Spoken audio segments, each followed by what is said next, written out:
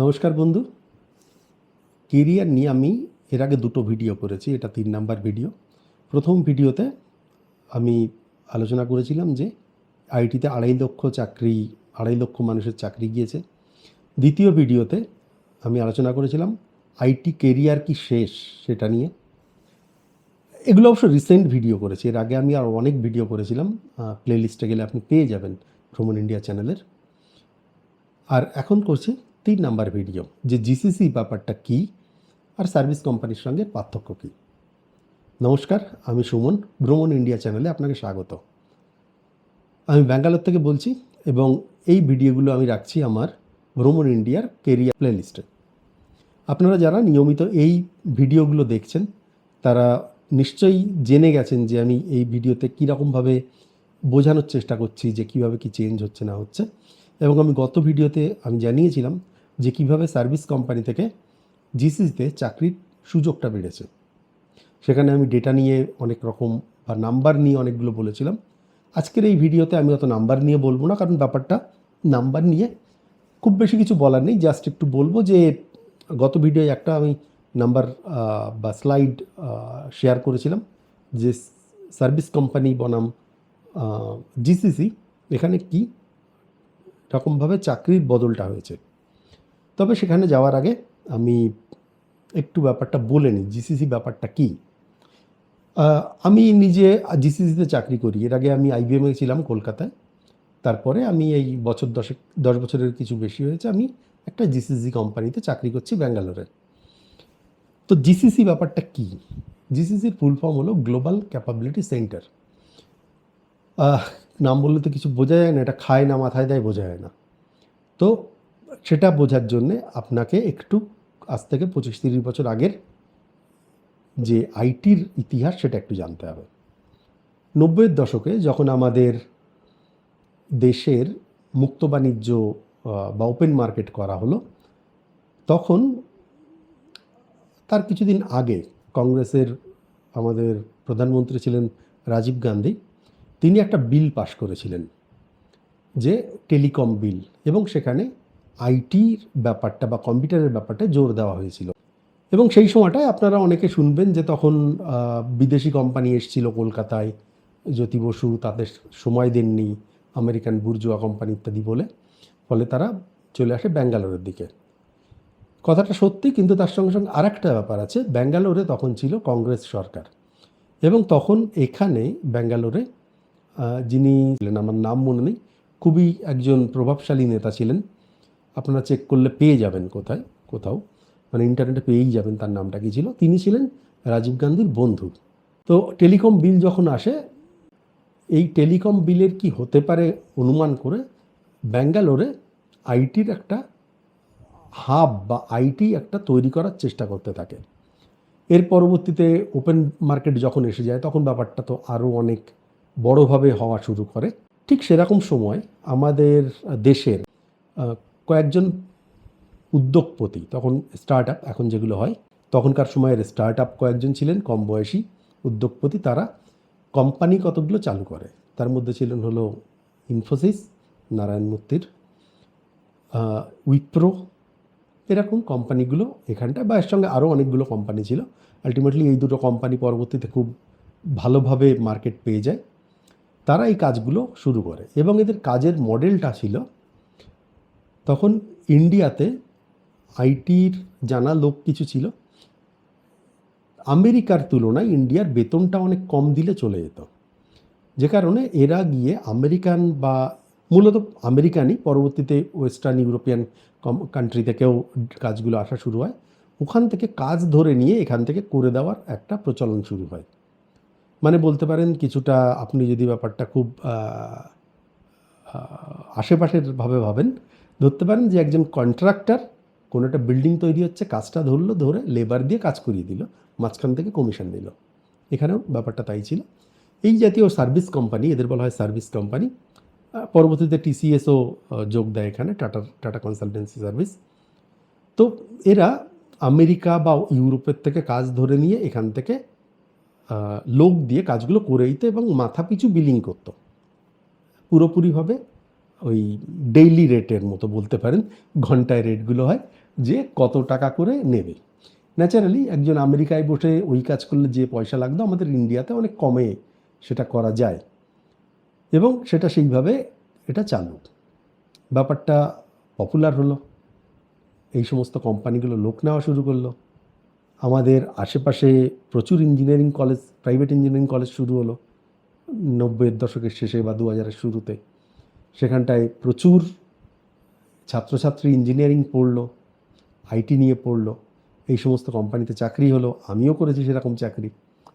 তো এই মডেলটা কিন্তু সেই মোটামুটিভাবে 90-এর দশক থেকে কিছুদিন আগ পর্যন্ত, মানে প্রায় 30 বছর দারুণ চলেছে। এই সমস্ত কোম্পানিগুলো এখন দেখতে পারেন যে ইনফোসিস, উইপ্রো, এরা কত বড় কোম্পানি হয়ে গেছে এখন। তো এই ব্যাপারটা মানে টিসিএসে বোধহয় এখন 6.5 লক্ষ মানুষ মতো কাজ করে, আইবিএমে 4 লক্ষ, ইনফোসিসেও বোধহয় 5-6 লক্ষ, 5 লক্ষ মতো, সঠিক নাম্বার আমি জানি না। তো মানে এত লোকের এমপ্লয়মেন্ট কিন্তু এই কোম্পানিগুলো দিতে পেরেছে এই মডেলে। এবারে সমস্যাটা হয়েছে রিসেন্ট সময় এআই আসার পরে। এআই এর সাহায্যে কিন্তু আগে যেটা অনেক মানুষ দিয়ে কোডগুলো লেখা হতো সেটা কিন্তু এআই লিখে দিচ্ছে, এবং সেটাকে দেখার জন্য লোক লাগছে। ফলে আগে হয়তো যেটা 5 জনের দরকার ছিল সেটা এখন হয়তো 1 বা 2 জনে করে দিচ্ছে। এর ফলে এই যে গত 25-30 বছর ধরে যে মডেলটা চলছিল সার্ভিস কোম্পানি, বিদেশ থেকে কাজ এনে কাজ করিয়ে নেওয়া, সেই মডেলটা কিন্তু ফেল করছে। কারণ বিদেশি কোম্পানিগুলো দেখছে যে আমরা এত টাকা দিয়ে এতগুলো লোক কেন নেবো, আমাদের তো এআই দিয়ে কাজ হয়ে যাচ্ছে, ফলে তারা এআই হচ্ছে। এটা একটা ব্যাপার। সেকেন্ড ব্যাপারটা, যখন এই সমস্ত কোম্পানিগুলো এরকম টিসিএস, ইনফোসিস, আইবিএমকে কাজ দিচ্ছে বা দিয়েছে, তখন অনেক দিন দেখতে দেখতে ওরা দেখছে যে এরা এতগুলো লোক দিয়ে কাজ করাচ্ছে, এত বেশি বিলিং করছে, এমপ্লয়ীদের সামান্য কিছু পয়সা দিচ্ছে, তো আমরাই তো পারি গিয়ে ইন্ডিয়াতে একটা অফিস খুলে নিয়ে সেখানটায় আমরাই লোক হায়ার করে করতে। যেমন ধরুন, আমি যখন আইবিএমে ছিলাম, আমি ব্রিটিশ পেট্রোলিয়ামের কাজ করতাম, সেখানে সর্বোচ্চ বোধহয় 1700 লোক কাজ করতো একটা প্রজেক্টে। এবার 1700 লোক মানে তো একটা অনায়াসে একটা কোম্পানি হয়ে যায়, বড় বড় সাইজের কোম্পানি। তো তখন এই সমস্ত কোম্পানিগুলো ভাবলো তাহলে আমরা আইবিএমকে দিয়ে কি করব, আমরা বরং নিজেদের অফিস খুলে নিই, আমরা ডাইরেক্ট পয়সা দিই, একটু বেশি পয়সা দিই, একটু ভালো যারা আছে এদের মধ্যে থেকে তাদের নিয়ে নিয়ে আমরা কাজ চালাই। এক্স্যাক্টলি এটাই হয়েছে, এটাই হলো জিসিসি।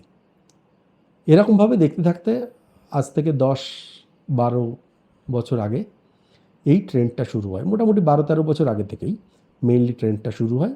রিসেন্ট সময় এটা খুব বেশি পরিমাণে বেড়েছে, মানে বছর 5 এটা বুম হয়েছে, যার ফলে এরকম সার্ভিস কোম্পানিগুলো কিন্তু আস্তে আস্তে কমে গেছে। তারা কাজ পাচ্ছে না, বিলিং পাচ্ছে না, যে কারণে তারা রিক্রুটমেন্ট কমিয়ে দিয়েছে। অন্যদিকে জিসিসি কোম্পানিগুলো কিন্তু নিজেদের অফিস খুলে নিয়ে তারা লোক দিয়ে কাজ করানো শুরু করেছে। এখানে আমি এবার একটা ডেটা দেব যে কিভাবে ওভার টাইম এই জিসিসির সঙ্গে বদলটা হয়েছে। এই স্লাইডটা দেখুন, 2019 সালে যেখানে সার্ভিস কোম্পানিতে লোক নিয়েছিল, ফ্রেশার নিয়েছিল 1 লক্ষ, জিসিসি ছিল 40,000, সেটা 2020 পরের বছর 80,000 আর 50,000। 2023-এ সার্ভিস কোম্পানি নিচ্ছে 50,000, জিসিসি নিচ্ছে 1,20,000। 2025-এ সার্ভিস কোম্পানি 40,000, জিসিসি 1,60,000। এবছর এ পর্যন্ত সার্ভিস কোম্পানি 40,000 এবং জিসিসি 1,70,000। অর্থাৎ ক্লিয়ারলি লোক নেওয়া বা চাকরি দেওয়ার ক্ষেত্রে সার্ভিস কোম্পানির কিন্তু কম লোক নিচ্ছে, জিসিসি বেশি নিচ্ছে। আমি এর আগে একটা ভিডিও করেছিলাম যে জিসিসি কতগুলো নতুন ওপেন হচ্ছে, সেখানে ব্যাঙ্গালোর থেকে বেশি হায়দ্রাবাদে ওপেন হয়েছে। তার মানে একদিকে হলো লোক নেওয়াটা হচ্ছে, আর একদিকে কিন্তু এই সিটি ওয়াইজ শিফটিংও চলছে। ফলে চাকরির যে মার্কেট সেটা কিন্তু পুরোপুরিভাবে চেঞ্জ হয়ে যাচ্ছে। আর আইটি কোম্পানি, আইটি সার্ভিস কোম্পানিগুলোর সময় যেটা ছিল সেটা তারা নিত শুধু আইটির লোক, আইটি সার্ভিস কোম্পানি, এবং তার সঙ্গে কিছু এইচআর বা অন্য ফিন্যান্স। কিন্তু জিসিসি যখন করছে তারা কিন্তু শুধুমাত্র আইটি নিচ্ছে না, এটা কিন্তু একটা খুব বড় প্লাস পয়েন্ট আমাদের ভারতীয় ছেলেমেয়েদের জন্য। আমাদেরই কোম্পানি, যেমন আমাদের জিসিসি ব্যাঙ্গালোরে আইটি, আবার তার সঙ্গে রিসার্চও আছে, যেখানে বিভিন্ন জিনিস কেমিস্ট্রি বা জিও সায়েন্স এরকম বিভিন্ন লোকের প্রয়োজন হয়, সেখানটা রিসার্চ করে তারা। এবং তার সঙ্গে সঙ্গে চেন্নাইতে আছে ফাইন্যান্স কোম্পানি, যেখানে কিন্তু আইটিও আছে এবং তার সাথে সাথে কিন্তু যারা কমার্স নিয়ে পড়াশুনো করেছে তারাও কিন্তু চাকরি পায়।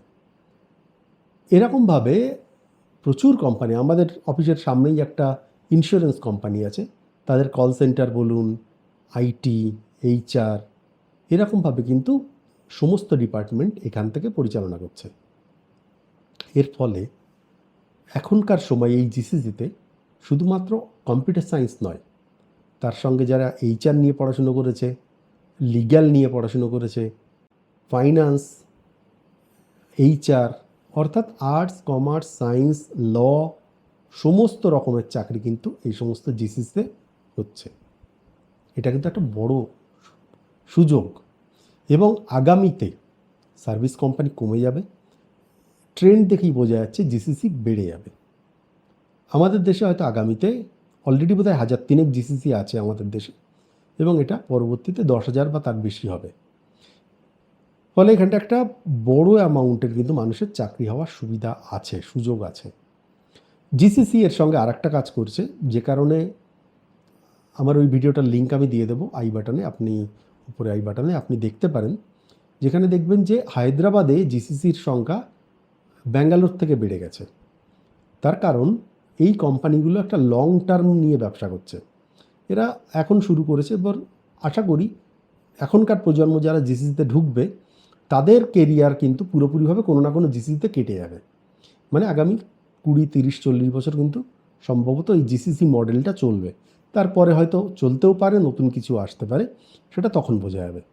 কিন্তু যা দেখে মনে হচ্ছে অন্তত আগামী 20 থেকে 30 বছর অ্যাটলিস্ট এই ব্যাপারটা চলবে। অর্থাৎ একটা মানুষের ফুল কেরিয়ার কিন্তু জিসিসির মাধ্যমে চলে যাওয়ার একটা সম্ভাবনা রয়েছে।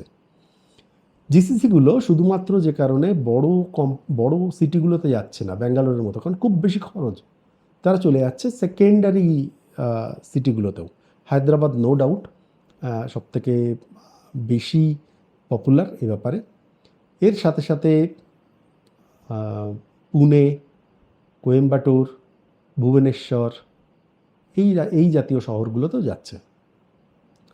এখন দেখার আমাদের কলকাতা এর মধ্যে কি করতে পারে, সেটা নিয়ে পরে অন্য কোনো ভিডিওতে আলোচনা করব। তবে এটা একটা বড় সুযোগ ছেলে মেয়েদের কাছে এবং সমস্ত শহর বা রাজ্যগুলোর কাছেও, যে তারা কিভাবে নিতে পারে। আর একটু যেটা এআই এর ব্যাপারটা বললাম, এই সমস্ত কোম্পানিগুলো কিন্তু ইন হাউস এআই নিয়ে কাজ করছে। তারা কিন্তু সার্ভিস কোম্পানির পরে শুধুমাত্র নির্ভরশীল নয়, নিজেরা কাজ করছে, নিজেদের দরকার মতো প্রোডাক্ট তৈরি করছে এবং তারা কিন্তু সেইভাবেই কাজগুলো করছে, যে কারণে এখানটায় সমস্ত রকম চাকরি, স্কিলের চাকরির সুযোগ আছে এবং মানুষ সেখানে চাকরি পাচ্ছে। যাই হোক, আশা করি জিসিসি ব্যাপারটা কীভাবে কাজ করে সেটা বোঝাতে পারলাম, এবং সেখান থেকে কী জাতীয় চাকরির একটা সুবিধা হতে পারে সেটাও বললাম।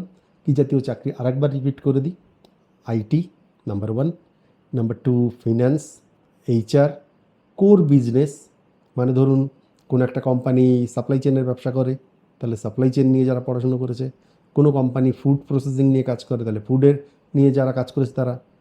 অয়েল কোম্পানি, কেউ হয়তো অয়েল কোম্পানি এনার্জি সেক্টর নিয়ে পড়াশুনো করেছে, সে পেতে পারে। কেউ হয়তো পেট্রোলিয়াম ইঞ্জিনিয়ারিং টাইপের মতো কাজ পড়াশুনো করেছে, সে পেতে পারে। মেডিকেল ব্যাপার যদি হয়, মেডিসিন কোম্পানি, মেডিসিন নিয়ে যারা পড়াশুনো করেছে, যারা ফার্মাসি নিয়ে পড়াশুনো করেছে তারা পেতে পারে। অর্থাৎ দেখুন, সমস্ত জাতীয় কিন্তু একটা চাকরির সুবিধা এখানটায় আছে, সম্ভাবনা আছে। ফলে যখন আপনি আপনার বা আপনার ছেলে মেয়েদের কেরিয়ার সিলেকশন করবেন, আপনাদের কাছে কিন্তু অপরচুনিটি অনেক বেড়ে যাচ্ছে। শুধু আইটি না, নন আইটিতেও অনেক কিছু হচ্ছে, এবং এক্ষেত্রে সায়েন্স, আর্টস, কমার্স সমস্ত জায়গায় কিন্তু চাকরির একটা সুবিধা আছে। যাই হোক, ভালো থাকবেন, দেখা হবে পরে অন্য কোনো ভিডিওতে। নমস্কার। আর এই জাতীয় আর কি ভিডিও দেখতে চান সেটা কমেন্টে জানাবেন, আমি সেই অনুযায়ী ভিডিও তৈরি করার চেষ্টা করব। নমস্কার, ভালো থাকবেন।